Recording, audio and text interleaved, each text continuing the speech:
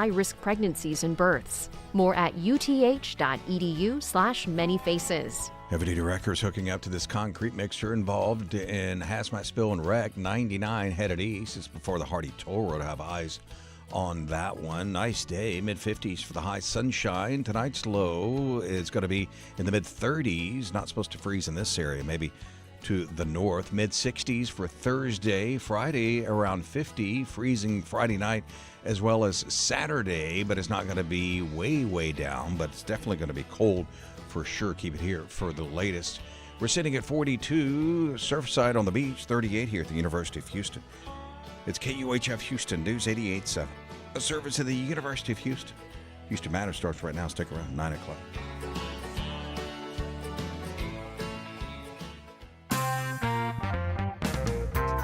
The White House is shuffling leadership of immigration enforcement efforts in Minnesota after widely viewed video showed federal agents killing another U.S. citizen there last weekend, countering false Trump administration claims. But is this change at the top too little, too late? I'm Craig Cohen. Today on Houston Matters, the political fallout from Saturday.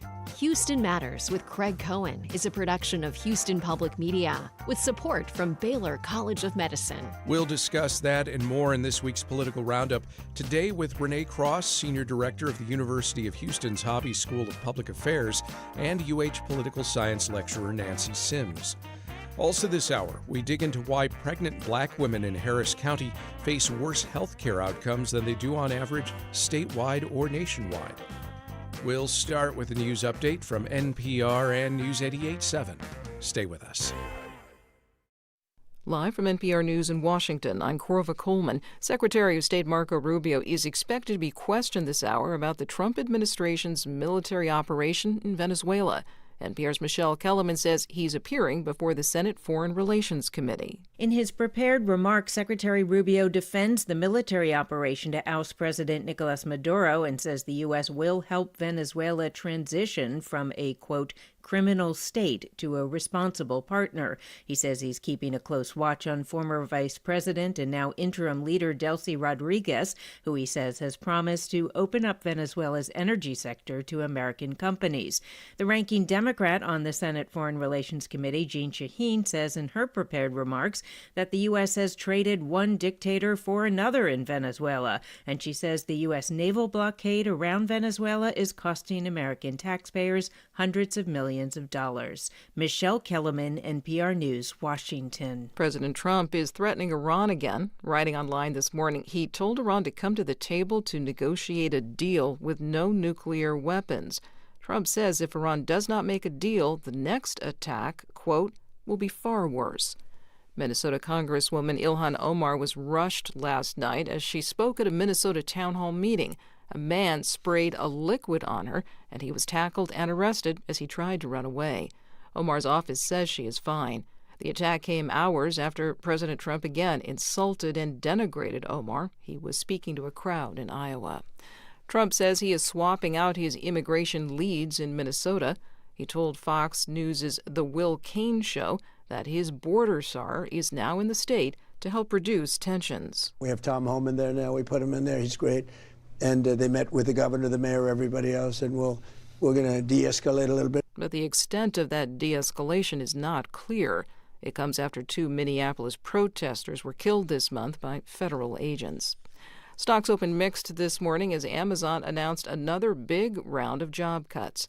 NPR's Scott Horsley reports the Dow Jones Industrial Average dropped 2 points in early trading. Amazon says it's cutting about 16,000 corporate jobs. That's on top of 14,000 layoffs by the online retailer last October. UPS used to deliver a lot of packages for Amazon, but the brown delivery trucks are scaling back that business. UPS says it's cutting up to 30,000 jobs. Starbucks sales got a caffeinated jolt in the final months of 2025. The quarter brought the company's first jump in U.S. sales in 2 years. Global sales were also up, but quarterly profits fell short of forecasters' expectations. British Prime Minister Keir Starmer is visiting China after a similar trip by Canada's Prime Minister earlier this month. Both countries are hoping to expand trade ties with the world's second largest economy.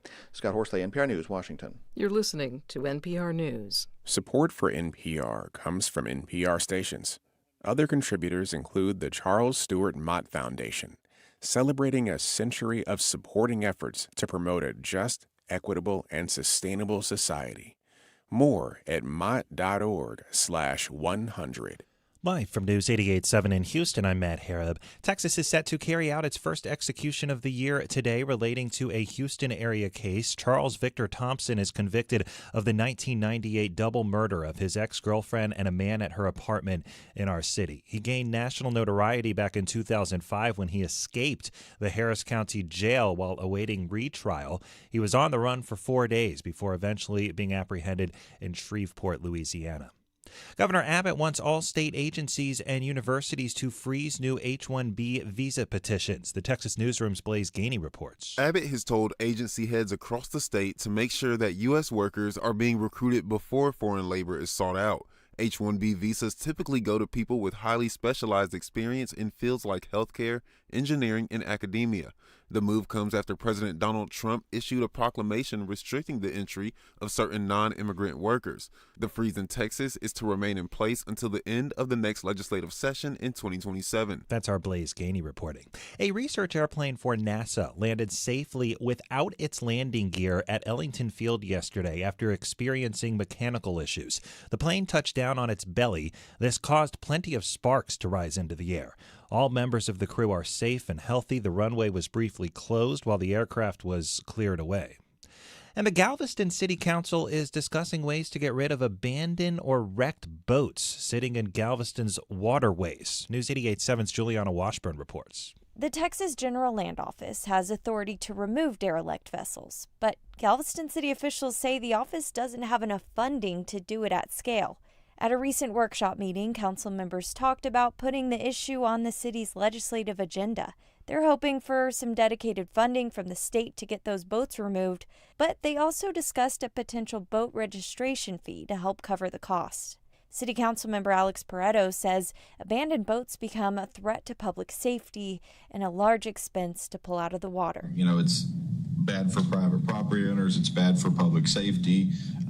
Creates hazards in our waterways. It muddies up the environment. No action has been taken by the city yet. From the Galveston County Bureau, I'm Juliana Washburn, News 88.7. 56 degrees for the high later this afternoon. It's currently 38 here on the UH campus. We'll warm up even more tomorrow when we reach a high of around 64. I'm Matt Harab, News 88.7. This is Houston Matters. I'm Craig Cohen. Good morning. Thanks for joining us here on News 88.7 and Houston Public Media's YouTube channel. Coming up this hour, examining why rates of complications and deaths among pregnant black women are higher in Harris County than they are statewide or nationwide. Also, the second half of our conversation with Houston area Holocaust survivor Ruth Steinfeld. But first, President Trump's replaced leadership of his immigration enforcement surge in Minnesota after Saturday's second fatal shooting of a U.S. citizen by federal agents. Operation Commander Gregory Bavino's out. Border czar Tom Homan is in. To discuss that and other developments in our regular Wednesday political roundup, we are joined today by University of Houston political science lecturer Nancy Sims and Renee Cross, senior director of the Hobby School of Public Affairs at UH. Nancy, Renee, good morning. Good morning. Good morning. Is this reshuffling of leadership enough to quell the widespread anger over what we've all witnessed these last few weeks? Nancy? I don't think so. I think you're going to continue to see protests, certainly, and incidents in that area until it significantly calms down. Maybe the new leadership will do that, but that would also involve working with the local and state officials. And part of this whole quagmire has been the inability of the state and federal governments to cooperate. And one blames the other, but it doesn't matter. They're neither one talking to each other. Renee? I think putting Tom Homan in this position, certainly it was a good decision. In fact, I think he probably should have been more intricately involved from the get-go. I mean, he worked for the Obama administration. He worked for Trump's first administration. But he's got a solid record of being bipartisan or nonpartisan. And particularly because we're going into these cities that are, of course, majority Democratic and have Democratic mayors, you need someone that can communicate with the other side and is not prone to all the rhetoric that we are hearing. I think maybe we're also, while we're used to the idea of just about everything out there being politicized, when we think of law enforcement, we tend not to think of them as the other side when we're talking about the difference between local and state authorities, state and federal authorities, but that's what we're seeing. Well, we have to remember that Minneapolis, due to their, previous disagreements with law enforcement, organized differently than a lot of major cities. And they were able to just plug and play their protest network because it was already in existence. It had never really gone away since the George Floyd mass organizing initiatives. And George Floyd was a culmination of incidents that led up to his death. So they were having internal law enforcement issues. So I would say as a city, they're actually more focused and prepared on how to track law enforcement behavior than other major cities may be. And I guess we should also underscore that so much of the outrage of the last few days is about incidents that were captured on camera, and that is different from how many incidents may have taken place away from cell phone cameras. Well, and they've trained their citizens to do that, to film the incidents. I don't know if you all saw it, but there was a Uber driver that got stopped, and he was filming the whole thing. And one of the agents outright told him they stopped him based on his appearance. He was African American immigrant, and then when he started talking, the guy said, "I don't like you because of your accent." But how would anybody know that or believe him if he had not had his camera going full time? Among incidents we've seen, Renee, last night, a man in Minneapolis used a syringe to spray liquid at Congresswoman Ilhan Omar during an event she was hosting. She was uninjured and continued to speak. The man was arrested. Whatever the liquid was has not been made public, at least so far. Should we, unfortunately, expect more incidents like that in the coming days and weeks? Oh, I think it's definitely going to continue. And it starts at the top. I mean, just 2 hours before that incident last night, President Trump was, of course, giving speeches in Iowa to shore up his support there. And he, even though he was in Iowa, he mentioned Omar and, brought the temperature up quite a bit. If the president does this, of course, other leaders are going to engage in this type of rhetoric that just fuels those people that have differing views. Let me ask the two of you to throw your headphones on because we have a caller on the line who wanted to respond to some comments already made on the show today. Michael is in Tomball and has some thoughts. Michael, what's your question or comment? Hi, good morning. I don't think Tom Homan was a good choice to go to Minnesota, to be quite frankly. He's already accused of taking a $50,000 bribe. There is a prison criminal justice system where people leave ICE and get big jobs with all these contract prison systems. So I don't think they have an unbiased viewpoint to go there and de-escalate a situation. And that's the problem. There is no incentive for de-escalation. And I feel that the administration is encouraging these people by putting amateurs at the head of the agency, Kristi Noem, who has no experience in law enforcement, and just taking the marching orders from the party. That's all I'm going to say. All right. Thanks very much for the call and for the comments. Nancy, any response? I think he and I were closer to being on the same page because I just don't see it making a huge amount of difference in the environment that's happening in that city right now. All right.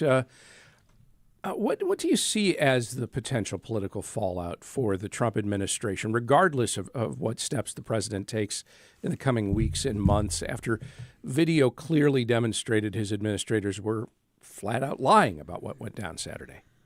Whew, Craig, I watched Kristi Noem live, and one thing, as a person who in my past lives trained public speakers and in particular elected and appointed officials, I watched her in that first press conference, and the poor woman could not stop blinking.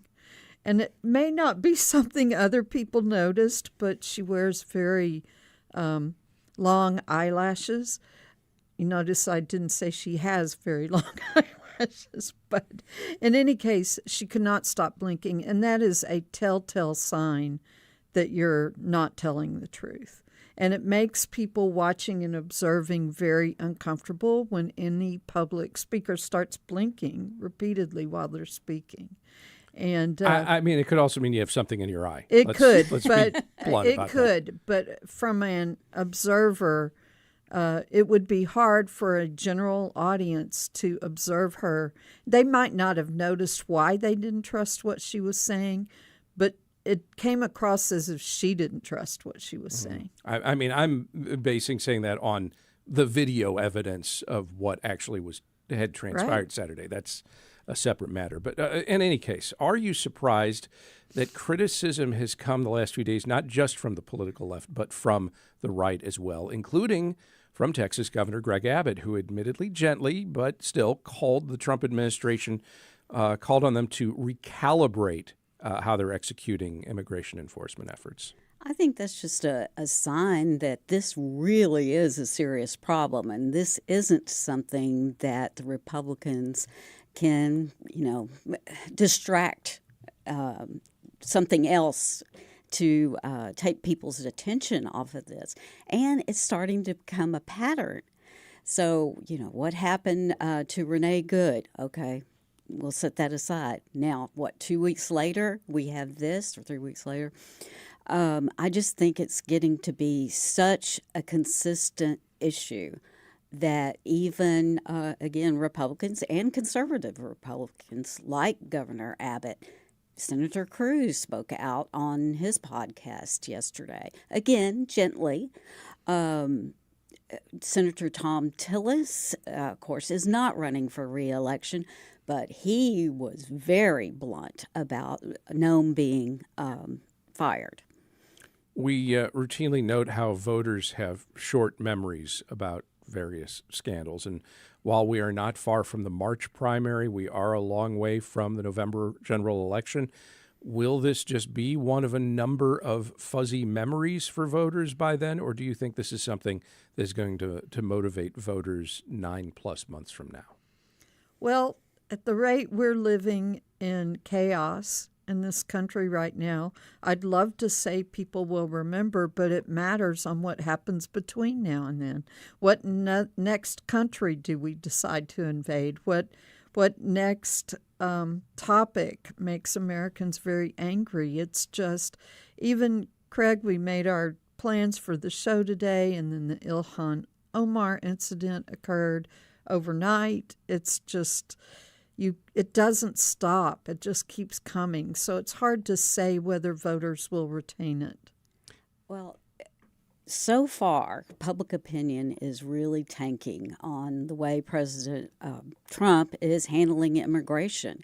And you have these high-profile incidents, particularly this last one, that was videoed from various angles, and it appears much more clear than the video that was shot with Renee Good.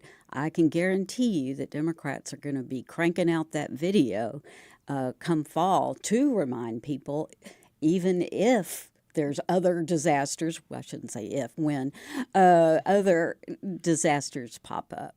This isn't going away.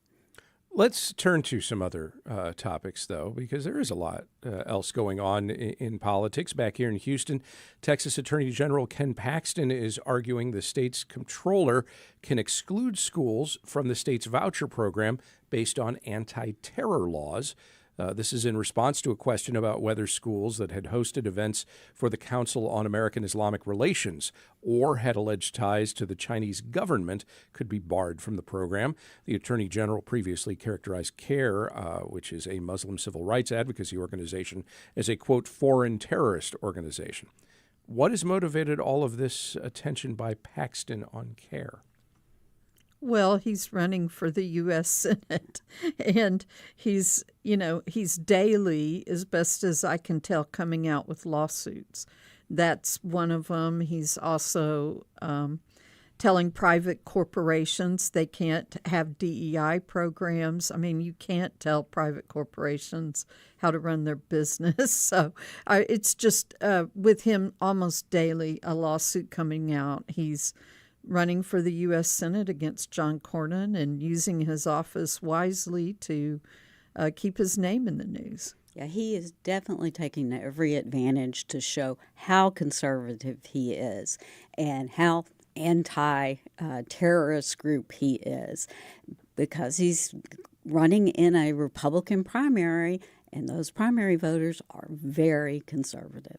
But this also, taking us back to the school voucher program, is something that came up in the long debate over whether or not to pass vouchers and send taxpayer dollars to private schools. Opponents of the idea told Republicans at the time, be careful what you wish for, because it wouldn't just be Christian schools that would benefit. Is this Paxton's attempt at an end around to freeze out some non-Christian private schools from this program? Absolutely. Absolutely. It's very interesting, the first round of schools that have been released to be accepted for these vouchers. And they're lots and lots of Catholic schools, lots of Christian schools, and even normal private schools that we're familiar with in our region. I didn't see a lot of them on the list. So I thought that was interesting. But also just want to say about this Paxton, the whole Republican primary is going very anti-Muslim. And I've seen congressional ads that are, I'm going after the Islamic. They won't say the word Muslim. They're saying Islamic. But I've seen it in several congressional ads, and it's almost reminiscent of post 9/11. We do this every Wednesday. We're discussing the latest developments in politics and what they mean for us here in Greater Houston. More ahead from the University of Houston's Nancy Sims and Renee Cross as Houston Matters continues on News 88.7 and YouTube. Hi, I'm Lenny Ambrose from St. Arnold Brewing Company, proud supporters of Houston Public Media. Right now, with your $60 donation, you can choose tickets to News and Brews. This member-exclusive event takes place February 17th. Enjoy a pint, connect with fellow NPR fans, and meet the Houston Public Media Newsroom in person. Select News and Brews tickets when you donate at houstonpublicmedia.org/donate. Support for trusted news and programs could have double the impact for our community. Find out if your company participates at houstonpublicmedia.org/match. Support comes from Theater Under the Stars and the Broadway musical $1 Million Quartet, featuring the music of Elvis Presley, Johnny Cash, Jerry Lee Lewis, and Carl Perkins. February 17th through March 1st at the Hobby Center. Tickets at tuts.org. And from Baylor College of Medicine, with 125 years of innovation behind it, Baylor has driven progress in health and medicine through research, education, and care that push the frontiers of modern science. This is Houston Matters. I'm Craig Cohen. We are in the middle of this week's political roundup today with University of Houston political science lecturer Nancy Sims and Renee Cross, senior director of the Hobby School of Public Affairs at UH. As we discussed on Tuesday's show, early voting has been extended in the 18th District special election runoff. This is ahead of Election Day this coming Tuesday. What, if anything, can former Harris County Attorney Christian Menefee and former Houston City Council member Amanda Edwards do to get out the vote today, tomorrow, or on Election Day Tuesday? Well, they won't be sleeping for the next 3 or 4 days for sure, but certainly getting their supporters out.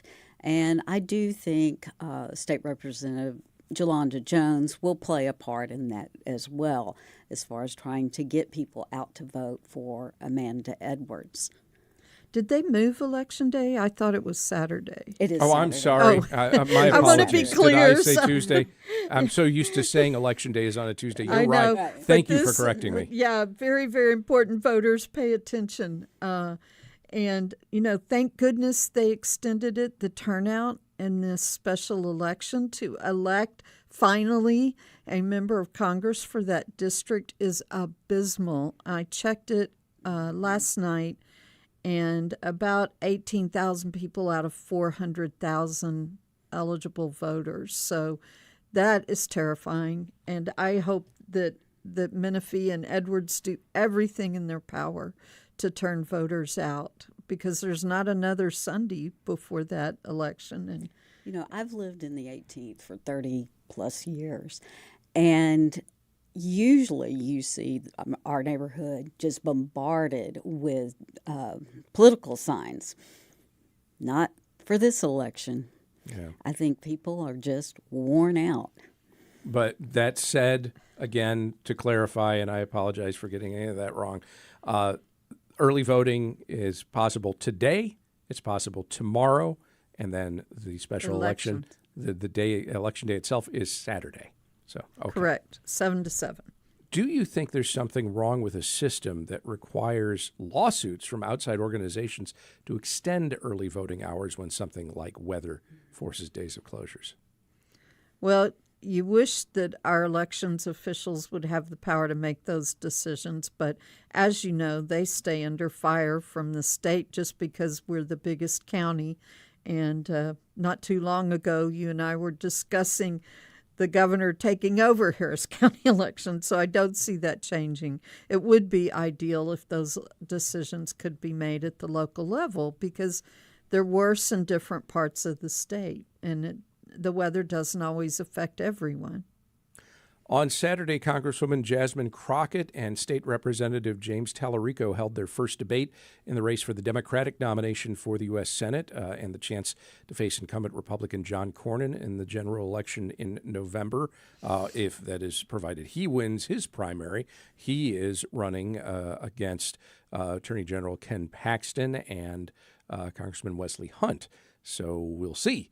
In any case, what stood out to you from Saturday's debate?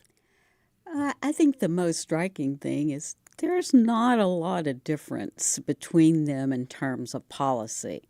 Now, in terms of style and communication, yes, probably polar opposites in that regard. But when you get right down to it, there's not a huge difference. That might not portend well for turnout in the Democratic primary, because if people are comfortable with either of the two of them, are they going to be motivated to vote? I do think that the Republican Party is starting to look at that primary even closer. Senator Cornyn came out and said what a disaster Talarico would be, how dangerous he is, and so forth. They don't necessarily want to run against Talarico. I thought that they did a very good job of keeping their focus on national issues and not each other, which is really nice to see for a change. If you look at that Republican primary opposite, you've got the opposite going on. You've got Cornyn attacking Paxton, you've got Paxton attacking Cornyn. There's and Hunt throwing barbs in the middle for all the attention he can. But I thought it was really nice to see a good, solid debate on issues. Last week, Governor Abbott endorsed first-time political candidate Nate Sheets in his primary challenge of Agriculture Commissioner Sid Miller. Why? Well, there's definitely no love lost between Governor Abbott and Ag Commissioner Sid Miller. If you remember, there was quite a bit of talk in 2022 of Miller challenging Abbott in the primary. Plus, there have been a number of embarrassing situations with Miller that Governor Abbott may be trying to distance himself from. However, using the money for the Jesus shot in Oklahoma or going to the rodeo in Mississippi, those all actually occurred before 2022, and Abbott didn't come out against him then. Before we wrap up, today is the 40th anniversary of the Space Shuttle Challenger disaster. This was a horrific day for America and for the world of space flight and for the NASA community in Clear Lake. 7 astronauts lost their lives when the shuttle exploded about a minute after launch. We're closing in on the next mission in the Artemis program. Artemis 2 will send astronauts in orbit around the moon. It's the next stage towards a return to the moon's surface. Politically speaking, where is America when it comes to the space program and space exploration? I guess for someone my age, it's very disappointing to watch. We were fascinated with space and watching every flight. And even when the shuttles came along, it was still a huge eye-sparkling event for all of us, But we're dealing with our population shift, and people aren't as focused on space exploration. Also, I think the entry of commercial space has changed the discussion as well, because you have private billionaires engaging in space delivery, and I think that makes a younger generation less interested in it. Could that help in a way to allow NASA and others to operate a little under the radar as they move forward with some of these programs? I don't see that. Again, going back to Nancy's point, space exploration is just not bright and shiny like it was when Nancy and I were kids living in the Houston area. And so many of younger folks weren't even alive when that disaster happened 40 years ago. They're worried about paying for college. They're not necessarily worrying about us still having the ability to be a leader in space exploration. I have to admit, it's strange that I remember that day so vividly, seeing as how I'm only in my 20s. Renee Cross is Senior Director of the Hobby School of Public Affairs at the University of Houston. Nancy Sims is a political science lecturer at UH. Thank you both very much. Thank you. And just ahead, we dig into why Black pregnant women face more health complications and higher rates of death in Harris County than they do in the rest of Texas or the rest of the country. Stay with us as Houston Matters continues on News 88.7 and on video at HoustonPublicMedia.org and YouTube.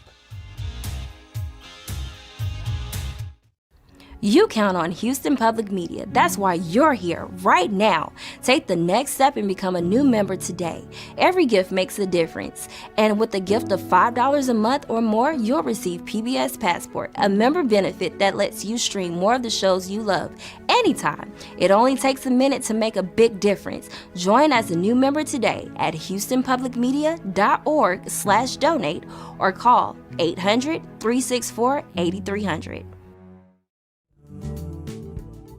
That's today at 3 here on News 88.7. Support for Houston Public Media comes from Rice University's Kinder Institute Annual Luncheon, April 27th, sharing findings from the 45th Kinder Houston Area Survey. Tickets at kinder.rice.edu. Houston Matters with Craig Cohen is made possible in part by Ellen Benninghoven and Dr. Michael Schaefer, and with gifts from listeners like you. This is Houston Matters. I'm Craig Cohen. Harris County is home to some of the largest and most advanced medical centers in the world, and yet it also has higher maternal death rates among Black women than are seen statewide or nationally.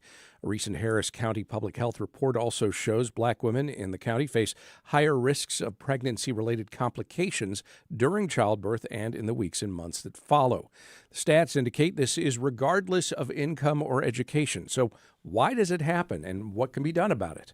Joining us to discuss that are Dr. Pooja Patel, a clinical associate professor of obstetrics and gynecology at the University of Houston, Dr. Esohe Faith Ohuoba, an OBGYN and adjunct faculty member at UH, and Sierra McClain, a maternal mental health advocate and doula.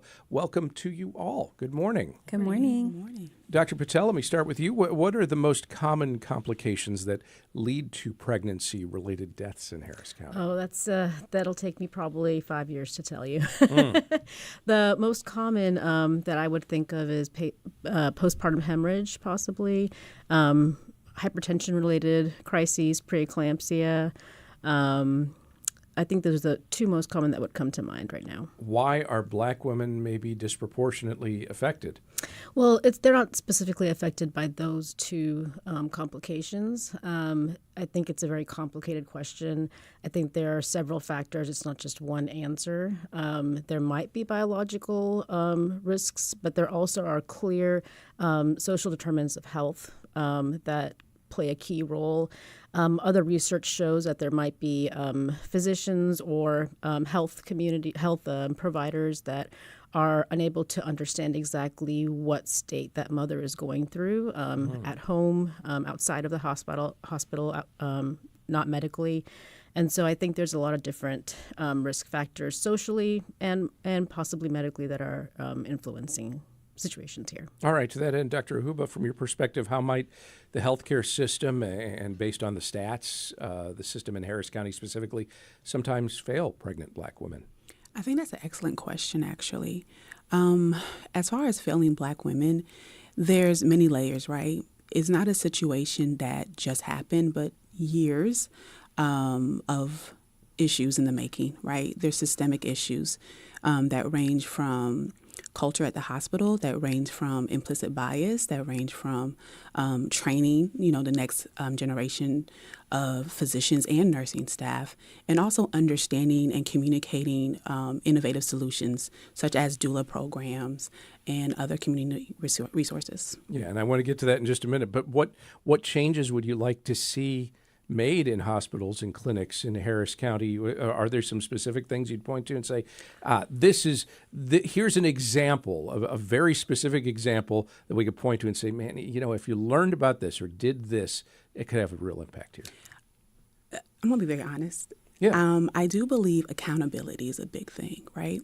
Some of my concerns have been, you hear the statistics, and I don't want people to be numb to hearing statistics and to seeing stories.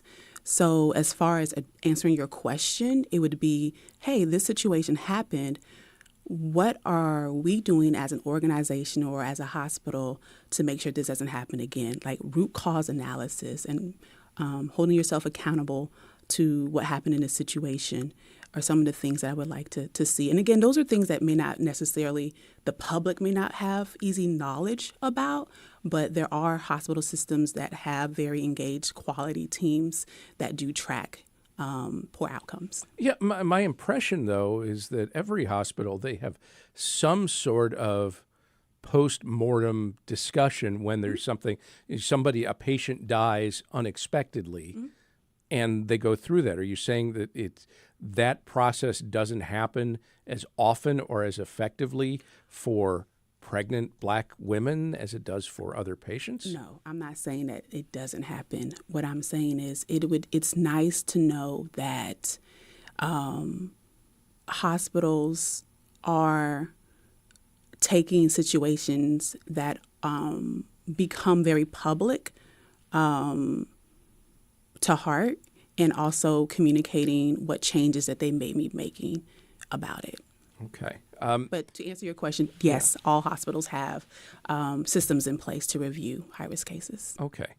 Sierra, Dr. Patel alluded to the idea that there may be some things going on in the lives of some of these patients that doctors or nurses, for one reason or another, are not latching onto. And I gather some of that perhaps is mental health considerations.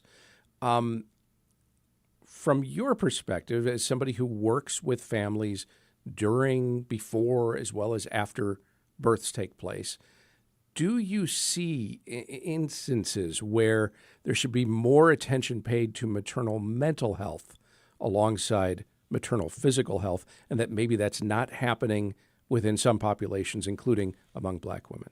Absolutely. There are stigmas attached to mental health definitely within the Black community. This is something that we are actively working to combat by having discussions such as this, bringing these issues to the forefront. We talk a lot about Medicaid in the state of Texas and the Medicaid coverage that happens for a mother during pregnancy, but there's so much more care that's needed beyond obstetrical care.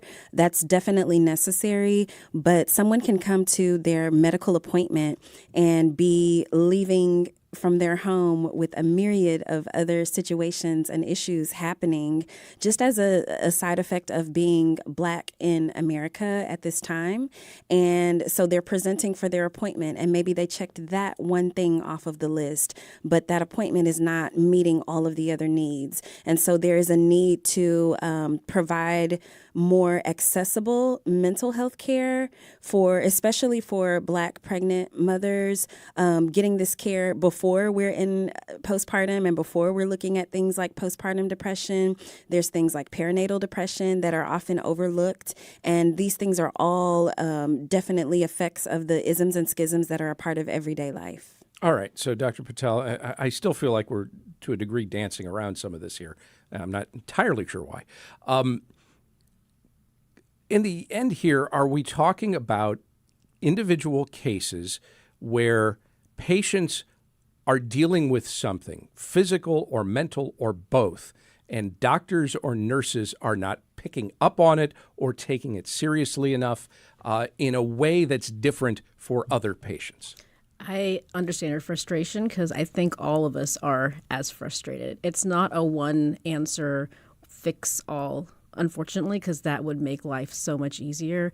This is a problem that combines medicine, medical training, backgrounds. Like I said, social determinants of health is a flashy word that basically means there's lots of background amongst these patients that might not be specific to other patients, as alluded to previously. Okay, well, instead of alluding, what are some examples? So there are Black mothers who report every day going into hospitals, complaining of pain, for example, and the pain being minimized, being invalidated, and they're even overhearing in cases like I have, where a client of mine is saying, you've given me the pain medication, I'm still experiencing this. And I watch the nurses go back to the nurses station and proceed to mock this person. And that is something that is happening to Black mothers more than it is happening to others. If I can't even get you to listen to me and to understand that what I'm telling you is real, it's actually what I'm experiencing, then I'm not likely to get someone to see to that issue that I'm complaining about. And there is bias, and there is some systemic racism that's in place there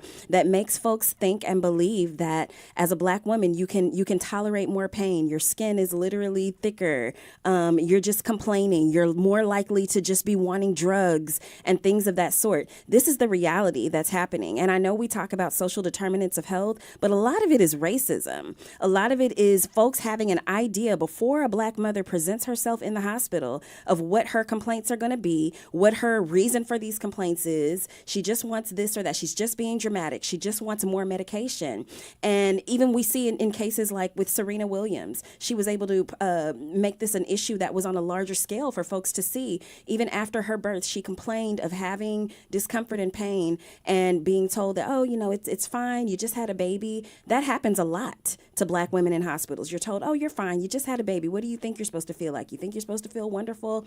Things of that sort that are said. And these are experiences that affect the type of care that Black women are receiving in these hospitals, and it does affect the outcome of their experience. And that gets us closer to the answer we're looking for here. But there's still one other element here. Why is it happening seemingly more often in Harris County than in other counties in Texas or in other counties across the country? Why do the stats say this is a bigger issue, whether it's that or some other reason, here than anywhere else? Any thoughts on that? I mean, I trained at Bentop Hospital, and so I have seen, what happens. I think Harris County is trying to help that population, but there just aren't enough resources to tackle. And I'm not saying when I say that population, I don't mean specifically, so this might be outside of context, the Black community, but just the population that doesn't have Medicaid in time or doesn't have any insurance. And it will probably be worse for women of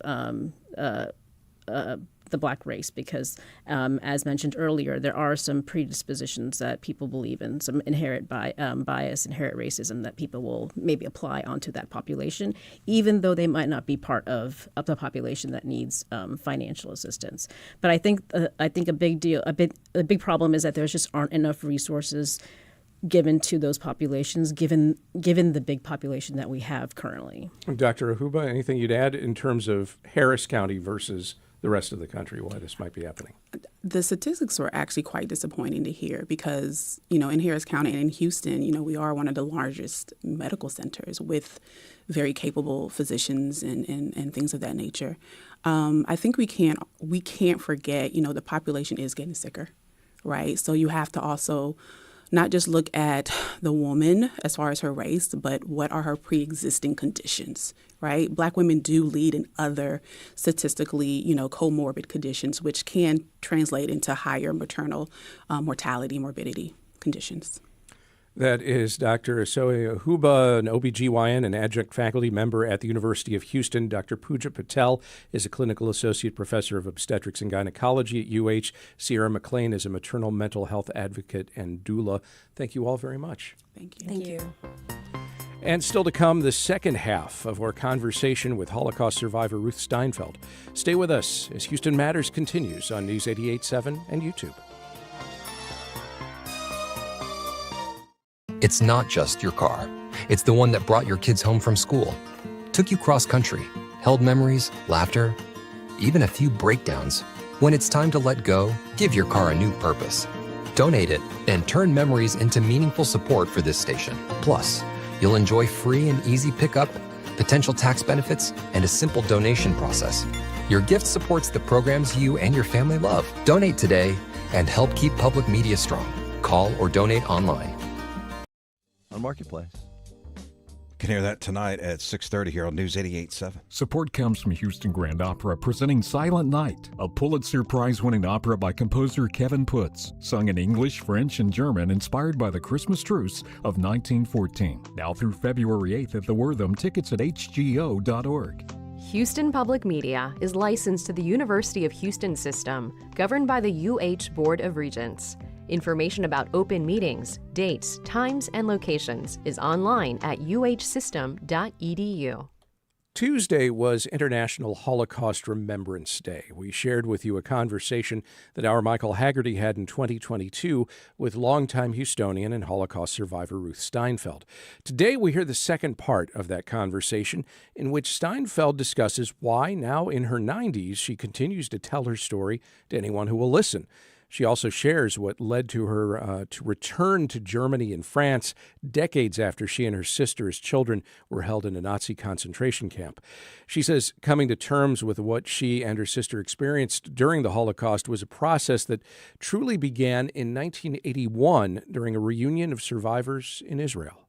I wasn't going to go because, after all, I was an American by then, and I had children. I had a big hair salon. I wasn't a typical survivor in my mind, and I didn't want to go with all these people who were so sad, and rightfully so, but I guess I didn't want to deal with it. But my sister insisted, and it was the best thing I ever did. Because even on the plane going to Israel, people were saying, "Where did you survive? How did you survive? Was it finally okay to tell the truth, to tell people that I'm a survivor?" It was tough, but I did, and it was so good to finally tell the truth, because I had tried to tell my husband, but he never wanted to hear about it. He kept saying, "Don't talk, you'll feel bad." So I certainly wasn't going to tell my children and make them feel bad. So it was very unspoken. And when you don't speak about something that really hurts, it just hurts twice as much. And I was never going to go back to Germany, never, ever, ever. After all, look what they did to me. Look how I had to suffer without my parents. I never thought how they suffered. In those days, I was young and not very smart, I guess. But anyway, I found myself on a plane going to Germany. I was going to stay in Israel. They have a beautiful area where the Mediterranean comes. Eilat is the name of the city. That's where I was going to stay, while my husband and sister were going to go to Germany. And next thing I knew, I was on the plane going to Germany and crying the whole time. How could I go to Germany? How could I face these people? How could I be the way they are? And how could I understand? How could I, the whole thing was running in my head. And when I got there, I knew exactly where my home had been. I don't know how I knew, but I knew. And I knocked on the door, and I kept telling Leah, come on, come on. And she finally believed me. She was 14 months older, so she's the smart one, you know how that goes. But anyway, I knocked on the door, and this old lady kind of just opened the door. And I told her we were the Crow Girls, and we used to live here. Could we come in? And she let us in. And as I walked into my home, I just started crying hysterically. And I looked at her, and she was crying with me. I never said a word. I never said why or how or what. I just became enthralled that I was in my home. Unheard of, Anyway, the next thing I know, I'm embracing her, and I'm holding her onto her. And in that moment, it didn't happen till a minute later, but I felt I had always heard we're all God's children. I wasn't anybody's children that I could prove or that I could show. And finally, this feeling came over me that I was God's children. It was an unbelievable experience. Because for the first time, I had met up with a German lady who lived in my home, and I had held her and forgiven her in that moment of anger towards Germans. The other side of that coin is love, I think. Although I didn't know all this till I got home and thought about it. I really had no more anger. It was gone. And I recommend for anybody who needs to forgive, because it makes you feel better. And it wasn't well accepted by the other survivors. They couldn't understand how I could. And it was written up. I was doing hair, and one of my clients was a very popular writer for the Houston Chronicle. And it was in the Chronicle how I had forgiven. And most of my family of survivors were angry with me. How could I forgive and make their pain less? But that wasn't my purpose. I didn't know I was going to forgive, but I knew that I needed to feel better. And in order to feel better, I needed to be like everyone else. And here I was, so different. And yet, all of a sudden, I was like everybody else. And that was the most beautiful feeling in the whole wide world. If you've ever been angry at anyone for as long as I was and missed your family and your parents and the love for as long as I did, it was now a new me. Yeah. And in Israel, I had been to the Yad Vashem. That's where I found out what happened to my parents. And there's a room in the Yad Vashem that holds all the graves of all the people that were murdered. And there's an eternal light on top of those graves. And I read Poland, 3 million, and so forth. And on the side, which is now a home all by itself, but at that time it was just a plaque on the wall all by itself. And all it said was children, 1,500,000. And I had always wondered why there were such few people my age, because even when we came over to America, most of the people were in their early 20s or late teens. We were in our early teens. And I saw that plaque, and it had its own eternal light. And I read it again. Children, 1,500,000, my God. And at that moment I heard that if you were 14 and under, you were automatically put to death. My sister and I were 7 and 8, and had our mother not given us away, we would have been one of the 1,500,000. So I have honored my mother in every way I can by speaking out, by keeping my promise to the 1,500,000 that I would speak for them. And I had never spoken publicly or in any way. I talked to my clients, but never to a group of people. But there were other people who were starting to do that. And I said, I can do that to myself. I can get up there and do that. I have to. I made a promise. Well, I know one of the ways you tried to keep that promise over the years was in the early days, your work in establishing what became Holocaust Museum Houston. What specifically was your job? I had my salon, but every Wednesday I would come to the museum from morning till night, work, and my job was to get people to give their oral histories. So a lot of these people had been taught how to ask questions, including my husband, who was willing to do that.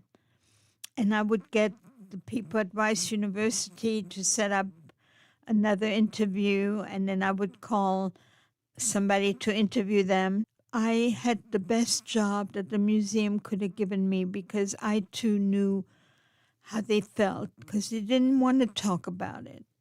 And I had to tell them, don't you want your children and grandchildren to know? And how are they going to know if you don't talk about it? So they would always, in the end, say, okay. Very few people would say, no, I'm not going to do it. What did talking and interviewing those people and hearing their stories, what did that do for you? It showed me how important it was for the world to know that the Holocaust really did happen, that I couldn't make up a story like that. You know, I was one of the victims, and I could have been born in America, but I wasn't. And it wasn't anymore just me. It was a whole community. And we all had the same feelings. We missed our family. And it was so important for me to know them. And my sister became the president of the survivors. And when she passed away and when she got so sick, she gave me the job. So I was pretty good at it because I loved the human race. And I had this beautiful feeling of, now I'm like everyone else. God is really part of me too. And I became this new human being. Houstonian and Holocaust survivor Ruth Steinfeld talking with our Michael Haggerty in 2022. And that will do it for today's show. The Houston Matters team includes Michael Haggerty, Joshua Zinn, Brenda Valdivia, Mincho Jacob, and Laura Walker. Jared Carroll's our technical director. Remember, you can check out Houston Matters anytime, subscribe to our podcast for the audio, or visit Houston Public Media's YouTube channel for the video.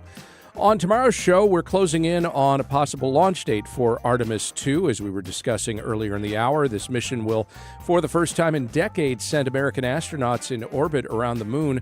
We'll learn the latest on preparations for the mission and talk about the program and how this stage compares to Apollo's early missions as we chat with Andrea Leinfelder, space reporter for the Houston Chronicle.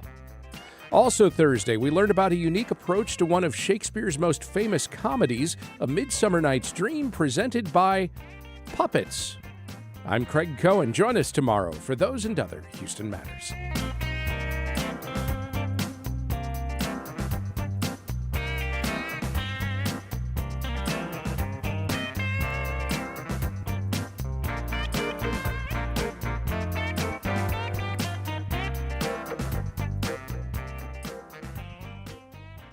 This weather update is sponsored by Stewart PC, attorneysforexecutives.com.